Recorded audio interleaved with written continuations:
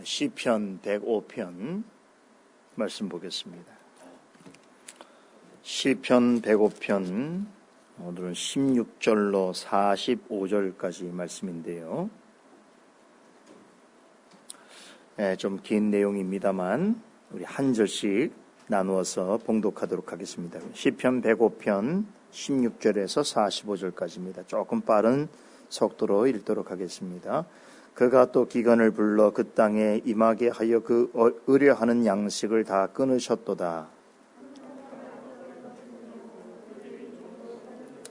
그 발이 착고에 상하며 그 몸이 쇠사슬에 매였으니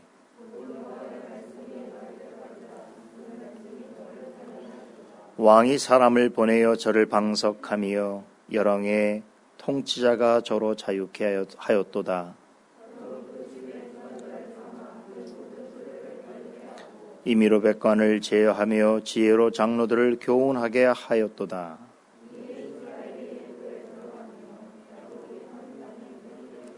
여호와께서 그 백성을 크게 번성케 하사 그들의 대적보다 강하게 하셨으며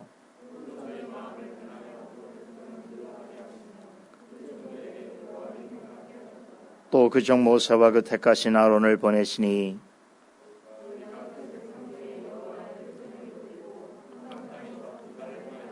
여호와께서 흑암을 보내사 어둡게 하시니 그 말씀을 어기지 아니하였도다. 그 땅에 개구리를 번성하여 왕의 궁실에도 있었도다.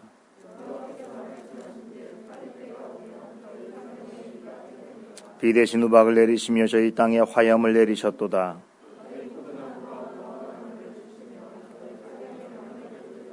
여호와께서 말씀하신즉 황충과 무수한 메뚜기가 이르러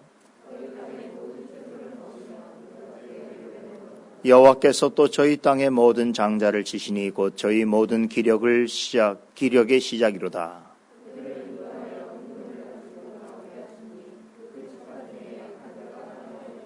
그들의 떠날 때에 애굽이 기뻐하였으니 저희가 그들을 두려워함이로다.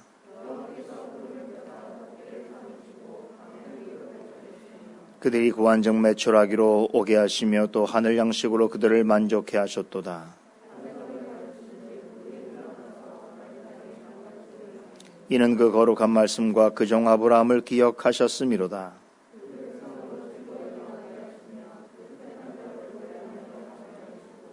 열왕의 땅을 저희에게 주시며 민족들의 수고한 것을 소유로 취하게 하셨으니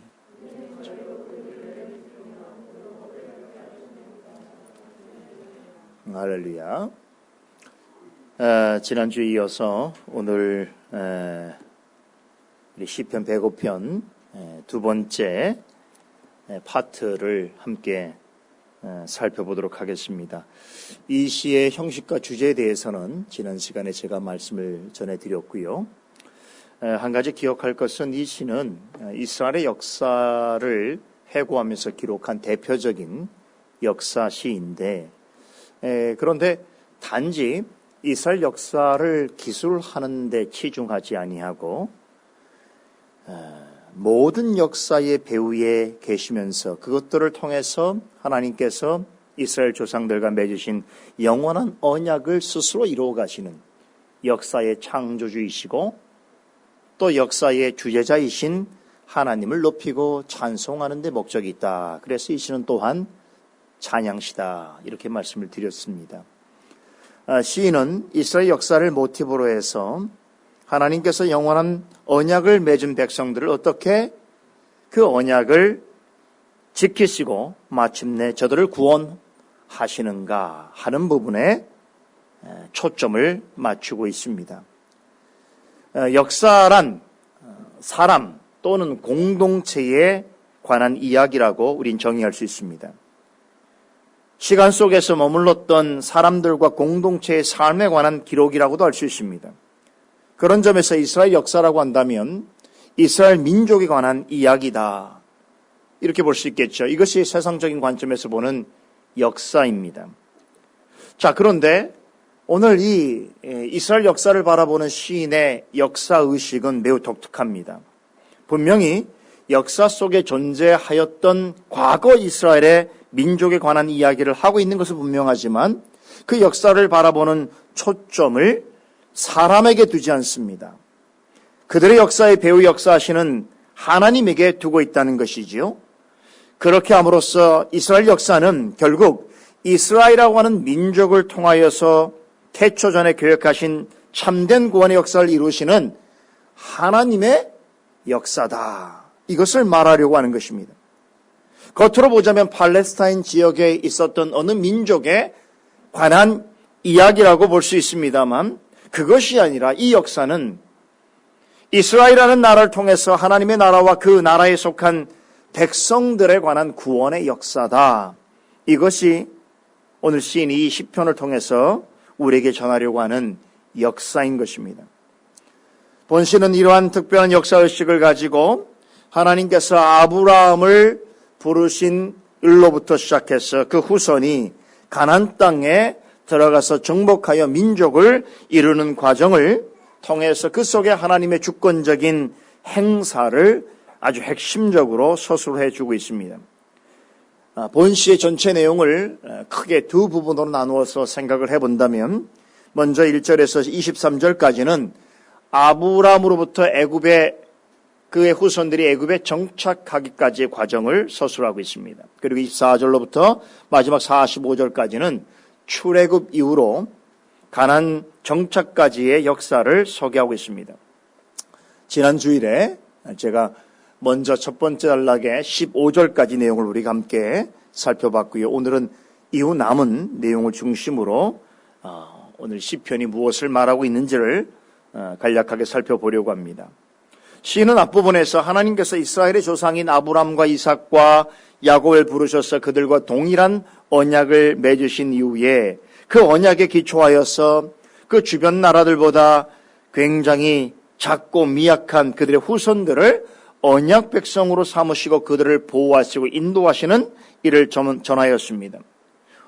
16절에서 23절은 그 이후에 이어지는 역사를 우리에게 소개해주고 있는데 하나님께서는 아브라함의 후손들을 약속의 땅으로 인도하시기 전에 그들을 먼저 애굽으로 불러들이셨다는 것입니다. 이 내용은 창세기 37장로부터 시작해서 50장에 이 과정이 매우 드라마틱하게 기록되어져 있습니다.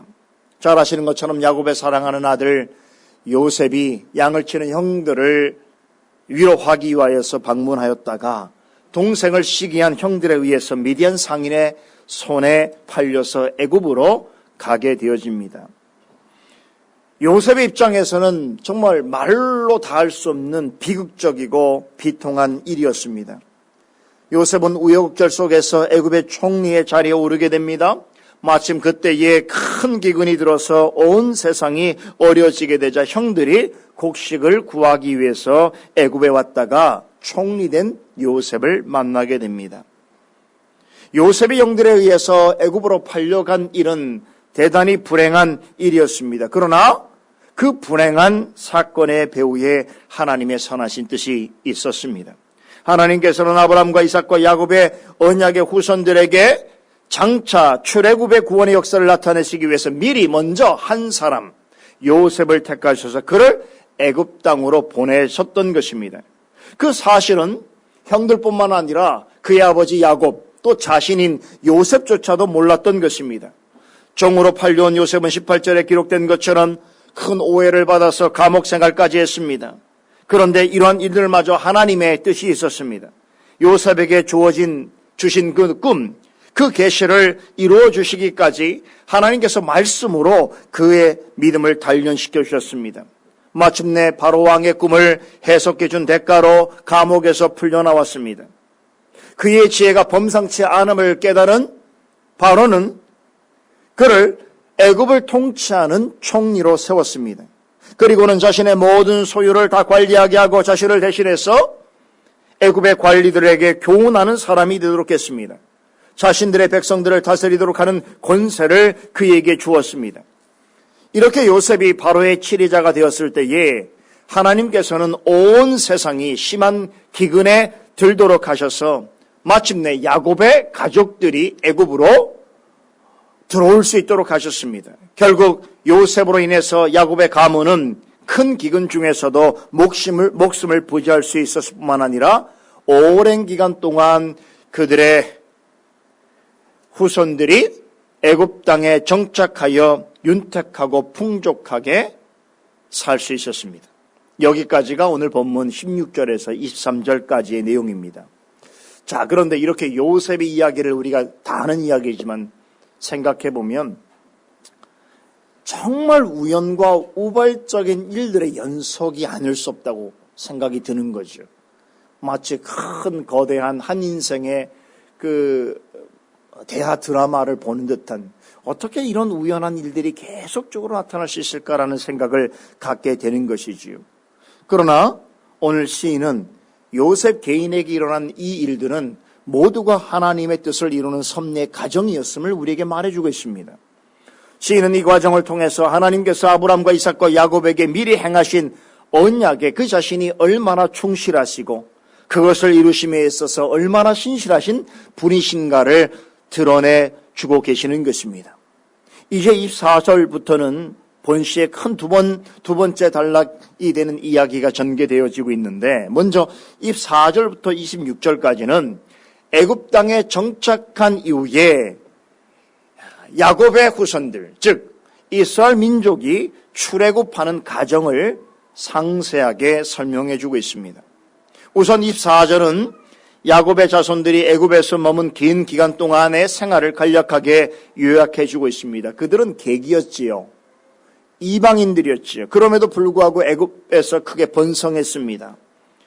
우리 앞서 12절하고 13절에 보게 되면 옛 족장 때에는 그 수가 어떻다고 했습니까? 매우 작고 연약해서 다른 민족들에 의해서 이리저리 떠돌아다닐 수밖에 없는 형편에 있었던 그들의 과거의 생활을 생각해 본다면 지금은 엄청나게 장족의 발전을 한 일치월장한 민족이 되었던 것이죠. 그런데 시인은 이스라엘이 이렇게 번성한 근본 원인을 주목하기를, 그것은 그들이 스스로 강해진 것이 아니라 하나님의 주권적인 간섭의 결과였다고 우리에게 소개해주고 있습니다. 그러나 좋은 것이 있으면 또 어려운 것도 있습니다. 그들이 애굽 땅에서 번성해지자 애굽 사람들의 시기와 미움을 받는 이유가 되었습니다. 시간이 지나서 요셉을 알지 못하는 세대의 애굽 사람들은 이방 백성들이 자신의 나라에 들어와서 번성해 가는 것에 대해서 못마땅하게 생각했습니다. 급기야 그 민족을 미워하고 핍박하였습니다. 그러나 시인은 이러한 일 또한 우연이 아니라고 말하고 있습니다. 이스라엘이 애굽 사람들에게 미움과 핍박을 받게 된 것은 하나님의 섭리 안에 이루어진 놀라운 일입니다. 이스라엘 백성들은 또 다른 애굽 왕 바로의 무지막지한 폭정의 고난을 받았습니다. 그때 하나님께서 당신의 종 모세와 아론을 그들에게 보내서 이스라엘 백성들을 애굽 땅으로부터 이끌어내시려고 하는 계획을 알리셨습니다. 그러나 바로는 온갖 속임과 음모로 거부하면서 이스라엘 백성들에게 더 큰 고통을 가하였습니다. 그때 하나님께서 구원의 표적으로 애굽 땅에 10가지 재앙을 내리셨습니다. 출애굽기 7장에서 12장까지 이 내용이 자세하게 소개되고 있는데요. 오늘 이 시에서는 28절에서 36절까지 언급하고 있습니다. 자, 그런데 오늘 이 시편 본문에 언급되어진 이 10가지 재앙을 보면 한 가지 흥미로운 사실을 보게 되는데요. 출애굽기에 나타난 10가지 재앙과 좀 다릅니다. 오늘 본문에는 7가지 재앙만 간략하게 요약해서 소개하고 있습니다. 또 재앙들이 일어난 시간 순서도 다르게 기록되어 있습니다. 예를 들면 출애굽기 본문에서 가장 먼저 일어난 10가지 재앙이 뭐였죠? 그렇죠. 애굽의 강의 물이 피로 변하는 것이었죠. 그런데 오늘 본문에서는 온 세상이 어둡게 되어지는 흑암의 역사를 먼저 기록하고 있습니다. 그래서 어떤 신학자들은 이게 애굽에 있었던 그 10가지 재앙과 오늘 본문에 나오는 이 7가지 재앙이 서로 다른 것이다, 이렇게 이야기하는 학자들도 있습니다. 이렇게 두 본문에서 말하고 있는 재앙의 순서와 종류가 서로 다르다는 점에 있어서 의구심을 가질 수도 있겠습니다만, 자, 그러나 우리가 오늘 이 본문을 통해서 먼저 관심을 가져야 될 것은 오늘 시인이 과거에 있었던 역사적 사건의 그 내용들을 그대로 카피해서 우리에게 소개하려고 하는 것이 시인의 의도가 아니라는 것이죠. 오늘 시인은 독자들에게 과거 이스라엘 백성들에게 나타났던 그 10가지 재앙이 주고 있는 의미가 무엇인지를 역사 인식을 가지고 해석하는 것이 그가 관심이 있는 거예요. 여기서 3가지 이유를 우리가 생각해 볼 수 있는데 도대체 무엇을 말하기 위해서 과거의 이스라엘 백성들의 10가지 재앙에 관한 기록을 역사를 지금 이 시편에 기록하고 있는가. 첫째는 애굽 땅에 쏟아진 10가지 재앙은 우연한 일이 결코 아니라는 것이죠. 다시 말해서 하나님의 주권적인 섭리의 역사라는 것을 말해주고 있는 것입니다. 이것을 어떻게 알 수 있냐면 오늘 이 본문에 나타난 10가지 재앙의 주어가 다 하나님께서 그렇게 하셨다는 거예요. 다시 말하면 이 애굽 땅에 떨어져 가해진 10가지 재앙이 우리 이제 일반인들이 볼 때는 그 재난, 이번에 코로나 재난도 마찬가지고 어떤 자연 재앙이라는 것이 우연하게 발생되어지는 것이지만 같아 보이지만 오늘 시인은 뭐라고 하냐, 다 하나님께서 주셨다고 표현합니다. 이건 뭘 얘기하는 거예요? 결국 이 10가지 재앙은 우연한 일이 아니고 하나님의 주권적인 섭리라고 하는 것을 강조하는 것입니다. 둘째는 하나님은 애굽인들이 섬기는 신들과는 비교할 수조차 없는 절대적인 주권과 권능을 지닌 유일하고 참된 신이라는 것을 이 사실을 통해서 말해줍니다. 여러분, 애굽에는 수없이 많은 우상들이 있고 또 그 우상들을 섬기는 사람들이 있습니다. 그러나 하나님께서 보내신 재앙은 그 누구도 흉내내거나 막지 못했습니다. 그러므로 하나님이 어떤 신이신지를 그 애굽 땅, 수없이 많은 신들이 있는 땅에 나타내 보이셨습니다. 셋째는 하나님께서는 이스라엘 족장들과 맺은 영원한 언약을 끝까지 지키시는 신실하고 참으로 선하신 하나님이시라는 사실을 강조하는 것입니다. 여러분, 이스라엘 백성들이 애굽 땅에서 몇 년을 지냈습니까? 430년을 지냈죠. 그 기간 동안 종살이 한 것은 대략적으로 한 200년 정도로 생각합니다. 여러분, 한 민족이 400여 년 동안 다른 나라에 이방인으로 있으면서 한 200년 이상을 종으로 살았다고 한다는 건 어떻게, 그야말로 종속사관에 완전히 물들어 있겠죠. 자기 민족을 아예 버렸을 거예요. 우리나라도 일제에 35년 그렇게 식민지 생활하거나 지금도 그 여파가 얼마나 심합니까? 지금도 많은 사람들 중에는 그 사실을 부정하고 있는 사람들이 있지 않습니까? 민족 정신이 사라져버리는 거예요. 그렇죠. 200년을 넘게 종살이했던 사람들은 DNA가 종이에요. 그런데 그런 민족을 향해서 그들이 어떻게 하나님을 기억했겠습니까? 그러나 하나님께서는 그러한 민족에 대하여 그 조상들, 그들이 알지도 못하는 조상들에게 맺으셨던 영원한 언약을 한 번도 잊지 않으셨다는 사실이, 당시 애굽은 역사상 최강대국입니다. 지금 미국과는 비교할 수 없는 당시 역사에서는 최고의 강대국입니다.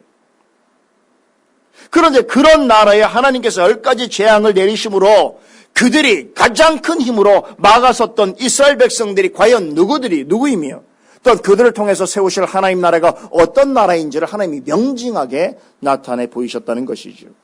37절과 38절에 따르면 결국 이스라엘은 많은 재물을 가지고 애굽에서 나올 수 있었습니다. 이스라엘 백성들이 애굽을 떠나게 되자 이스라엘 백성들이 다 같이 환호했습니다. 왜 그런지 아세요? 이제 이스라엘 백성들이 나가게 되니까 재앙이 그쳤거든요. 그렇죠. 이스라엘 백성은 이후에 광야를 거쳐서 드디어 가나안 땅에, 약속의 땅에 들어갑니다. 이 내용이 39절에서 44절에 아주 간략하게 기록되어 있습니다. 시인은 이스라엘 백성들이 광야에서 40년 동안 머문 기간 동안 하나님께서 행하신 일을 3가지로 지금 설명합니다. 39절에 구름 기둥과 불 기둥, 40절에 만나와 메추라기, 41절에 반석 위에 내린 물. 여러분, 이것을 베푸신 기간이라고 말하는 거죠. 여러분, 이 3가지는 무엇을 말해주는 예증입니까?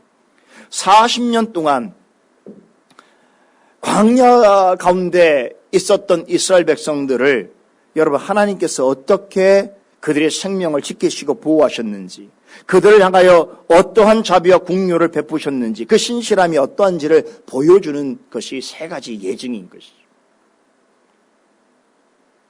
자, 그런데 그럼에도 불구하고 이스라엘 백성들은 어땠습니까? 광야 기간 내내 반복해서 하나님을 반역했습니다. 그럼에도 44절에서는 이스라엘 백성이 마침내 광야 생활을 마치고 약속의 땅에 이르게 되었다고 전합니다. 그런데 어떻게 그 일이 가능했느냐? 42절과 43절에 답이 있습니다. 그 이유는 이스라엘 백성이 뛰어난 민족이어서 그런 것이 아니에요. 광야 생활의 적응을 잘한 그런 민족이어서가 아닙니다. 그것은 하나님께서 저들의 조상들에게 하신 거룩한 말씀과 그들과 맺은 언약을 결코 잊지 않으셨기 때문입니다. 그래서 종살이하던 그 애굽에서 즐거이 나올 수 있도록 하신 것입니다. 마침내 약속하신 가나안 땅으로 인도하신 것입니다. 이로써 우리 앞서 11절에서 가나안 땅을 내게 주어 너희 기업을 삼게 하시겠다라고 하신 그 이스라엘 족상들과 하신 약속을 직접 하나님이 성취하신 것입니다. 시인은 본 시편을 마치면서 이스라엘이 약속의 땅에 들어가게 된 이유에 대해서 말합니다. 그것이 무엇입니까? 이스라엘 백성들이 가지고 있는 어떤 믿음 또 순종 때문이 아니에요. 그보다 더 근본적인 원인이 있다는 것이, 그것은 전적으로 이스라엘 조상들과 맺은 언약을 기억하시고 신실하게 이루신 하나님의 의지와 열심이 근원적인 원인이었다는 것을 말해주고 있습니다. 자, 그럼 하나님의 인도로 약속의 땅에 들어가게 된 이스라엘 백성들은 앞으로 어떻게 해야 될까요? 자, 그곳에서 자신들을 위해서 잘 먹고 잘 살면 됩니까? 아니면 이방 사람들과 어울려서 제멋대로 살면 될까요? 여러분, 이 말씀을 오늘 우리에게 적용한다면 하나님의 무조건적인 은혜로 구원받은 우리는 어떻게 살아야 할까요? 라는 물음을 던질 수 있습니다. 오늘 이 물음에 대해서 하나님의 은혜를 입고 사는 사람들이 어떻게 살아야 할 것인가? 45절에 오늘 시인은 이 물음에 대하여 본시에 답하는 것으로 본시의 대미를 장식하고 있습니다. 우리 다 같이 45절 한 목소리 읽어보십시다. 이는 저희로 그 율례를 지키며 그 법을 좇게 하려 하심이로다. 할렐루야. 하나님께서 이스라엘을 애굽으로부터 인도하셔서 가나안 땅으로 인도하신 이유는 무엇입니까? 뭐라는 거예요? 결국 저희로 하여금 하나님의 율례를 잘 지키고 그 법을 따라 살아가는 하나님의 백성이 되게 하시기 위해서 그리하셨다는 것이, 결국 그것을 통해서 하나님을 찬송하고 그분을 영화롭게 하는 삶을 살도록 하시기 위하여 그 계획을 하나님께서 이루시기 위해서 그 한 민족을 들어 사용하신 것이, 이 말씀은 오늘 우리에게도 그대로 적용할 수 있습니다. 하나님께서 우리를 당신의 자녀로 택하신 이유가 어디에 있습니까? 그것은 하나님의 말씀에 따라서 하나님의 나라 백성답게 살도록 하시기 위해서 그런 것입니다. 그렇게 함으로써 우리로 하여금 찬송과 영광을 받기를 원하시는 것입니다. 오늘 이것이 오늘 시인이 과거 이스라엘의 역사를 회고하면서 독특한 역사의식을 가지고 오늘 이 시편을 기록하고 오늘 우리에게 전해준 이유인 것입니다. 여러분, 이 시가 언제 지어진 줄 아세요? 다윗 때 지어졌던 시라고 한다면 지금으로부터 거의 3,000년 전의 이야기예요. 그런데 어떻습니까? 3,000년의 시간이 지나면서 얼마나 많은 것들이 바뀌었겠어요. 그러나 사람은 같아요. 그렇지 않습니까? 놀랍지 않습니까? 사람은 같단 말이에요. 그때 이 시인이 고백했던 그 하나님이 오늘 우리가 믿고 고백하는 하나님이신 줄 믿으시기 바랍니다. 그의 간구를 들으신 하나님이시라면 오늘 우리의 간구를 들어주실 것입니다. 오늘 그런 마음으로 우리가 간만에 모여서 하나님을 예배하는 참으로 귀하고 복된 주일인데요. 우리 마음에 감사와 감격함으로 하나님께 나아가 예배드리는 우리 모두가 되도록 하십시다. 기도하겠습니다. 거룩하신 하나님, 다시금 모여서 예배드릴 수 있도록 하심을 감사드립니다. 우리의 지금의 역사도 보기에는 참 우연적이고 우발적인 사건들의 연속처럼 보이오나, 그러나 이 역사의 배후에 하나님의 놀랍고 오묘한 섭리와 주권이 있음을 믿습니다. 하나님의 백성들을 살리시고 그들을 통하여 찬송과 영광을 받기 원하시는 하나님이신 줄 믿사오니 오늘도 우리 시대를 살아갈 때에 하나님의 택하신 백성으로서 하나님이 우리를 구원하신 그 합당한 이유에 따라 하나님을 섬기며 나아가는 우리 모두가 되게 하여 주시옵소서. 예수 그리스도 이름으로 기도드리옵나이다. 아멘.